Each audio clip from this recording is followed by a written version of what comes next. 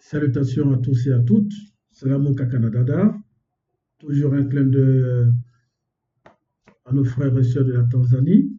Je suis Génévry.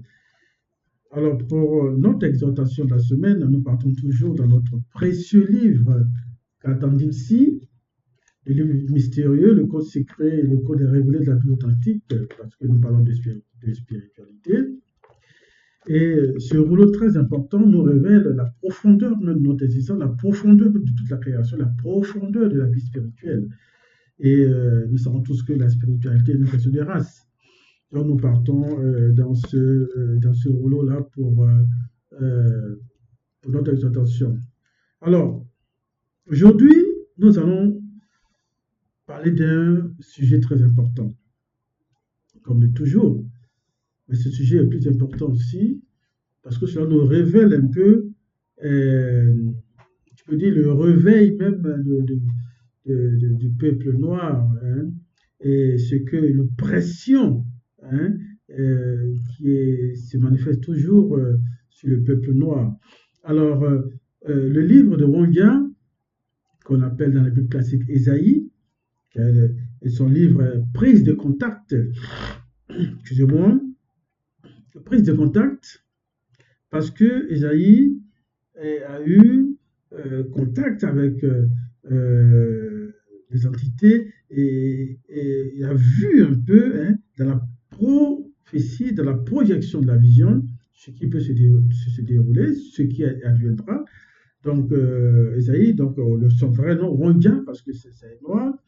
Et Wongia, dans son livre Prise de contact et vision du futur, et qui nous révèle d'un double mouvement dans ce récit-là, et qui est d'une part le retour glorieux des non-initiés restaurés par la grâce du Verbe de Loban, et d'autre part la chute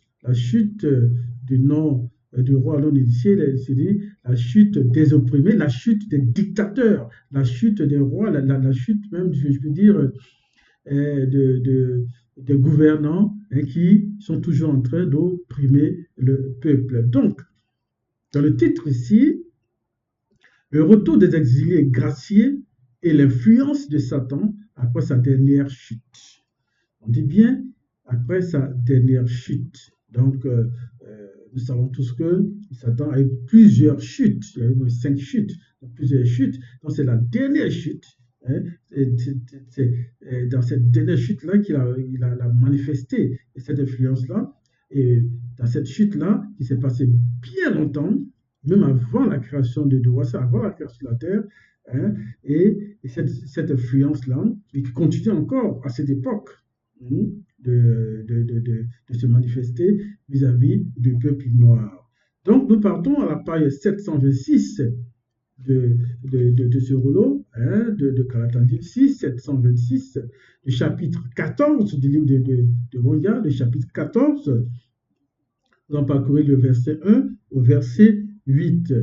Alors, Ésaïe nous parle de comment est-ce que le Verbe agit pour délivrer le peuple opprimé, et comment ce peuple est appelé à marcher dans la crainte du respect qui est dû surtout à l'Oba, et pour pouvoir aussi avoir sa protection.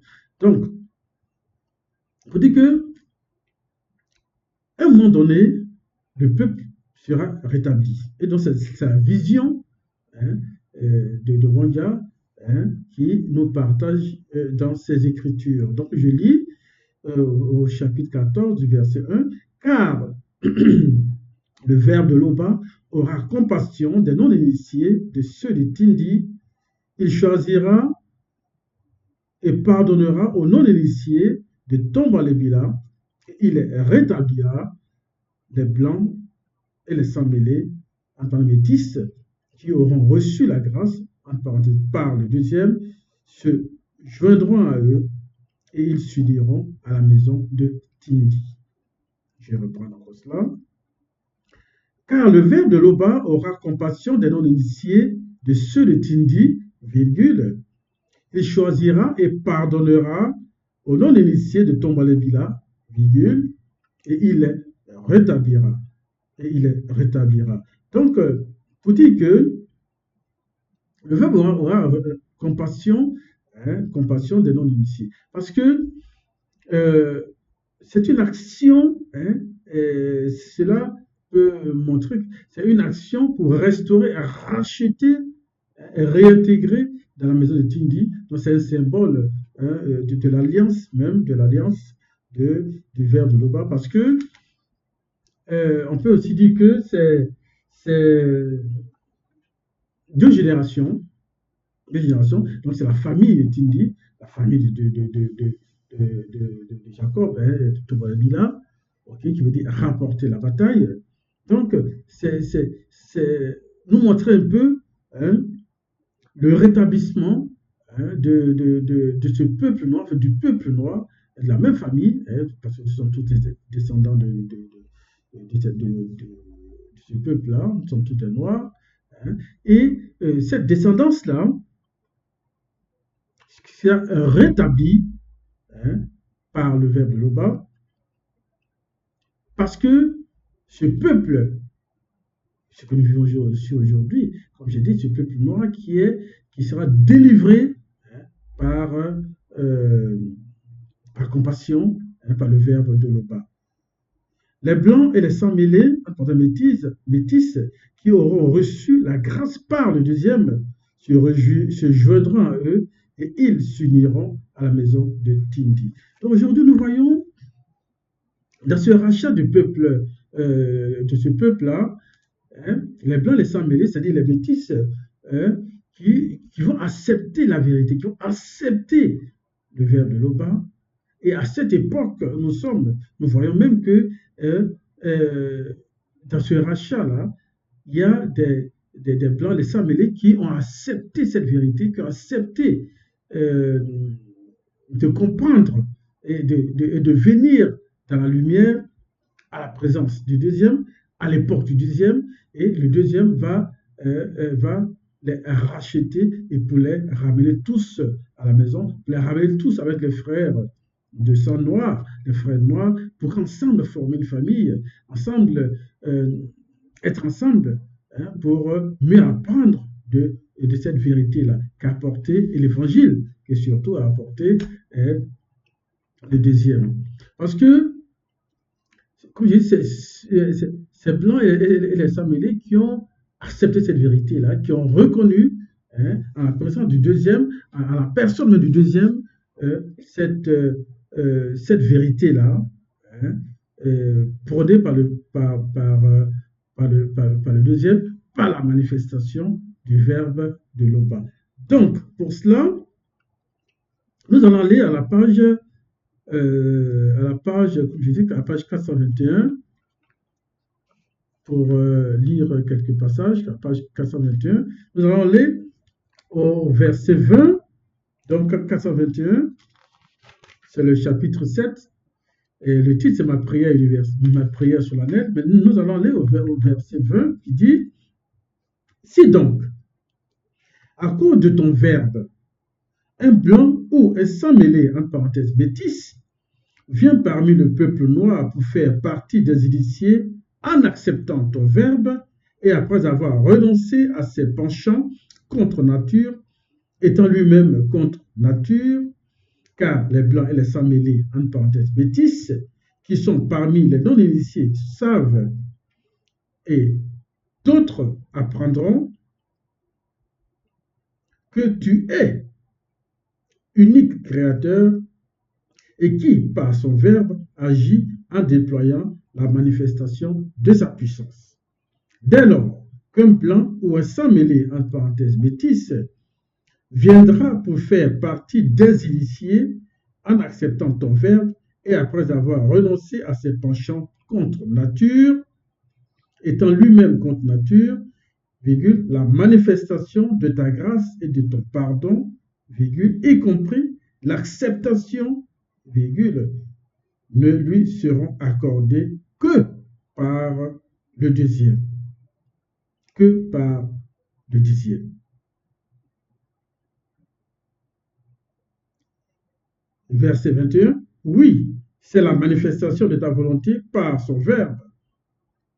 Donc je réponds, oui, c'est la manifestation de ta volonté par ton verbe qui a mis notre race noire, en parenthèse nous, à part de toutes les autres races de la terre, pour que nous soyons unis au grand tout, en parenthèse, hormis tété, rien de tout ce qui existe ou n'existe pas n'est au-delà du grand tout.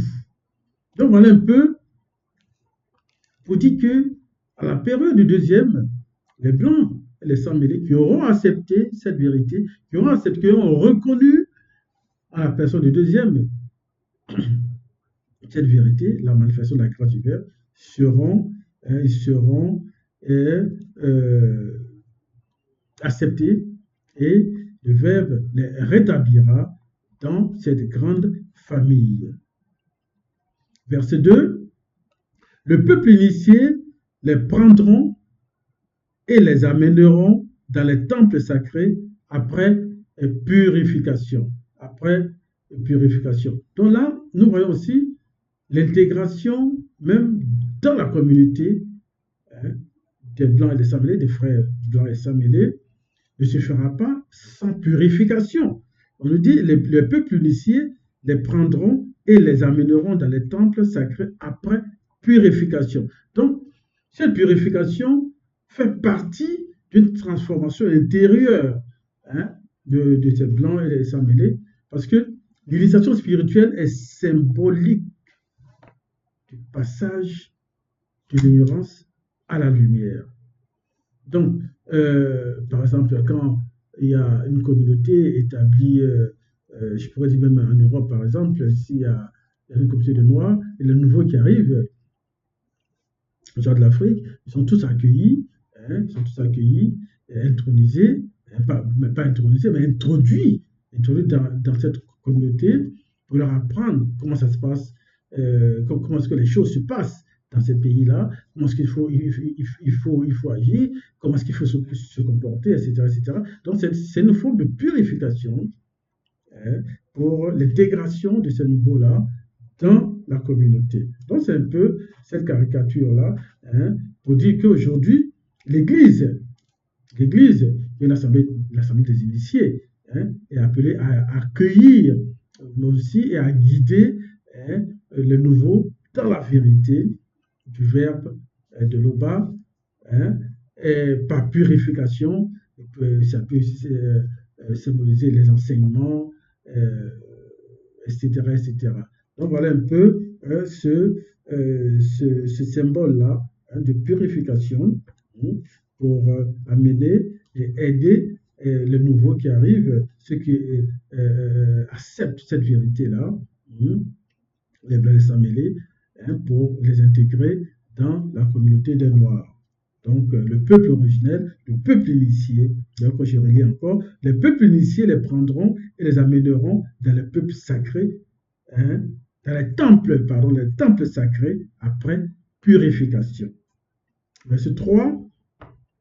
Et quand le verbe de l'Oba t'aura donné du repos, après tes fatigues et tes agitations, et après la dure servitude qui te fut imposée par les Blancs et les sans-mêlés, en parenthèse métis, je continue au verset 4, alors tu prononceras ce chant contre les démons et contre le roi non initié de Djomelamondi, en parenthèse Babylone, et tu diras, et quoi? Le tyran n'est plus, l'oppression a cessé. Donc ici, pour dire que le salut du verbe de l'Oba apporte du repos. Cela apporte du repos. Parce que ça nous montre aussi un peu la souffrance que le peuple noir endure ou a enduré, mais qui continue encore d'endurer. Et par la présence, par la manifestation de la présence du verbe, en la personne du deuxième, à cette époque-là, qui essaie de sortir ce peuple opprimé de surtout de l'oppression du peuple, sortir le peuple de l'oppression.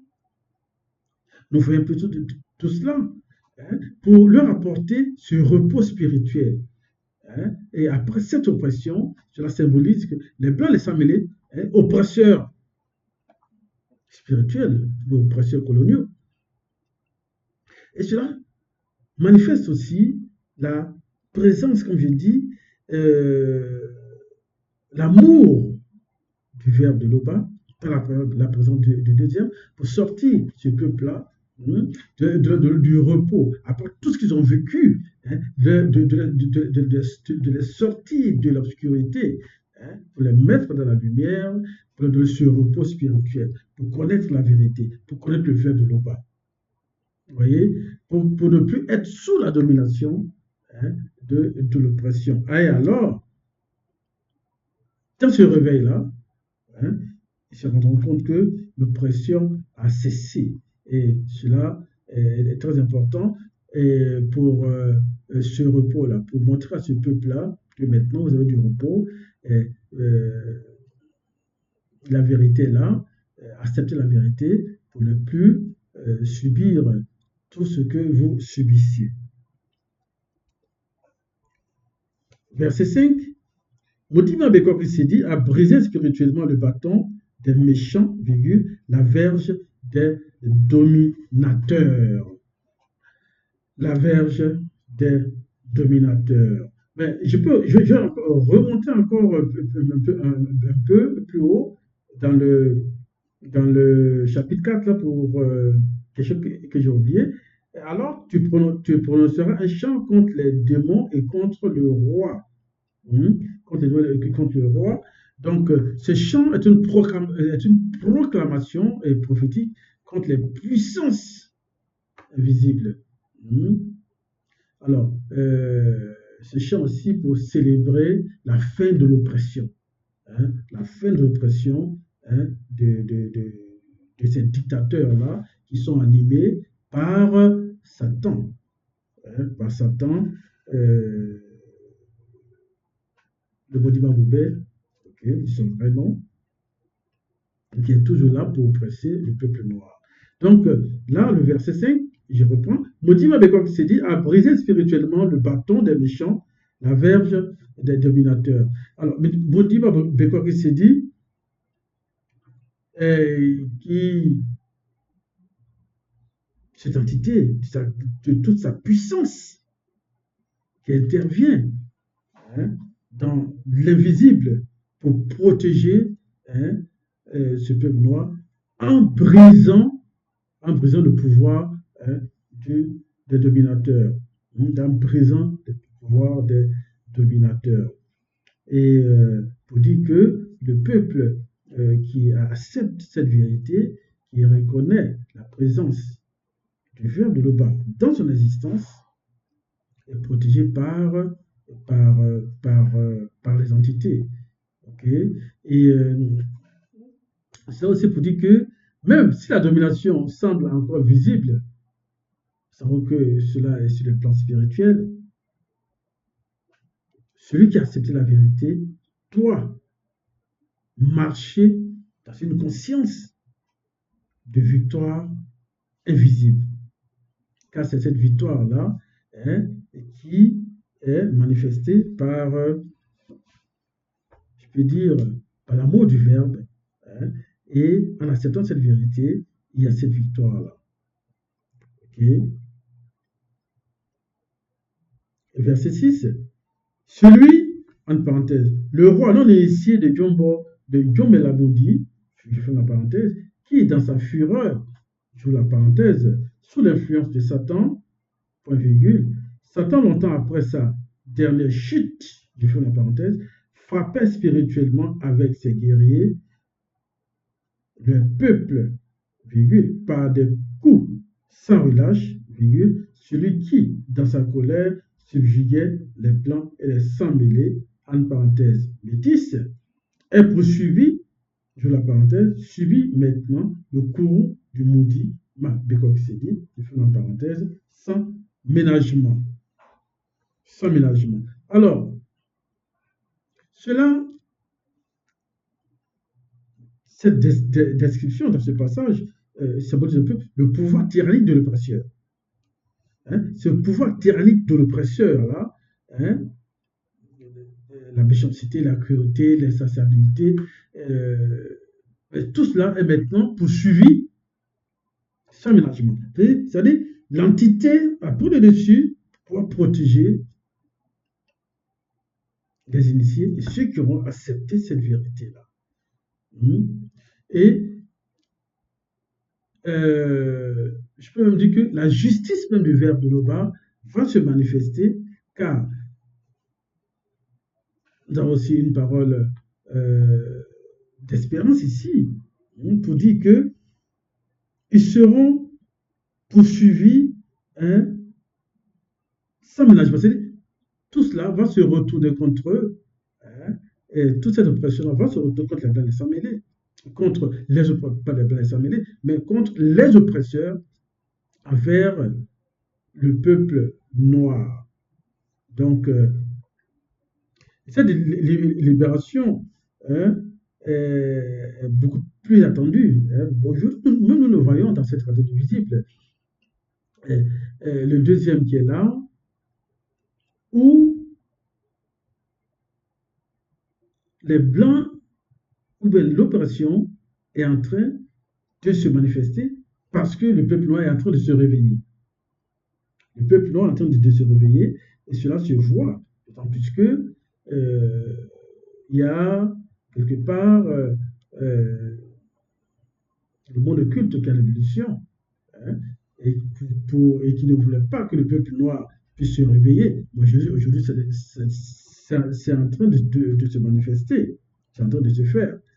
Donc, et tout cela va se retourner contre ce que Satan, le monument Boubé, a mis en place avec les faux pasteurs et tout cela pour toujours maintenir le peuple noir dans la servitude. Mais aujourd'hui, ce peuple-là est en train de se réveiller. Nous le voyons beaucoup avec les lives que le deuxième a fait. Aujourd'hui, c'est sur TikTok. Nous voyons beaucoup la prise de conscience de ce peuple noir-là. Et la prophétie est en marche. Verset 7. Tous ceux connus de la terre jouissent du repos et de la paix. On éclate en chant d'allégresse. On éclate en chant d'allégresse. Donc, c'est une libération globale. Aujourd'hui, il y a une bergerie qui existe. Et dans cette bergerie, il y a plusieurs non-initiés graciés. Il y a des blancs et des sans-mêlés et des noirs qui font ensemble une grande famille. Et il peut dire que c'est une libération globale, une joie universelle, car le règne du verbe de Loba est en marche et cela apporte la paix sur la terre. Et puis, je peux aussi dire que dans cette population noire, c'est cette population initiée qui a accepté le verbe de Loba. Et cela prépare aussi le règne de justice de Loba vis-à-vis de ses enfants. Vous voyez, donc il y a cette profession, cette prophétie qui est en marche, cette protection aussi qui est en train de se manifester sur ce peuple noir. Verset 8. Les entités connues sous le nom de Ebongoa Bongongi, on passe cyprès, sapin, il faut la parenthèse, même les entités connues sous le nom de Ebongoa Bobengi, et bien non, Bobenga, en parenthèse cèdre, se réjouissent de ta chute.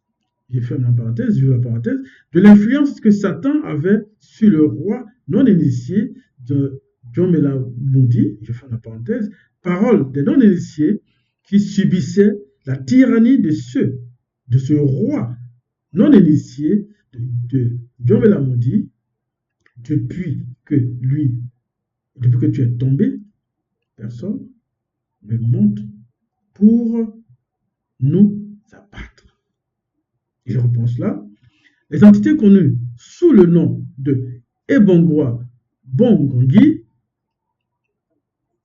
je la parenthèse, cyprès, sapin, je fais la parenthèse, même les entités connues sous le nom de Ebongoa ou Benga, j'ouvre la parenthèse, cèdre, je fais la parenthèse, virgule, se réjouissent de ta chute, j'ouvre la parenthèse, de l'influence que Satan avait sur le roi non-initié de Diombe la Mouti, je fais la parenthèse, parole des non-initiés qui subissent la tyrannie de ce roi non-initié de Diombe la Mouti.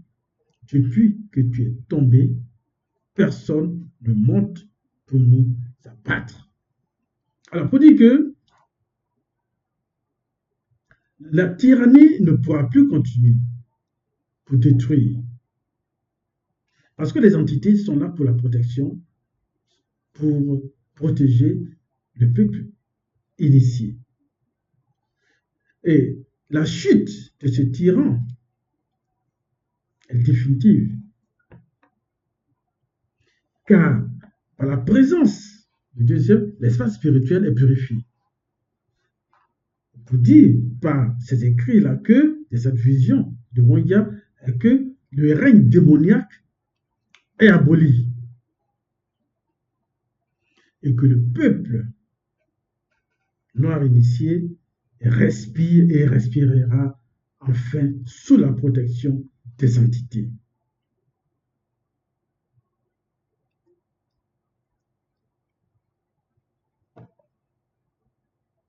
Alors,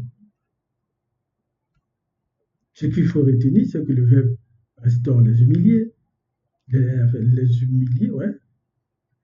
La tyrannie est tombée. Cette tyrannie spirituelle est tombée.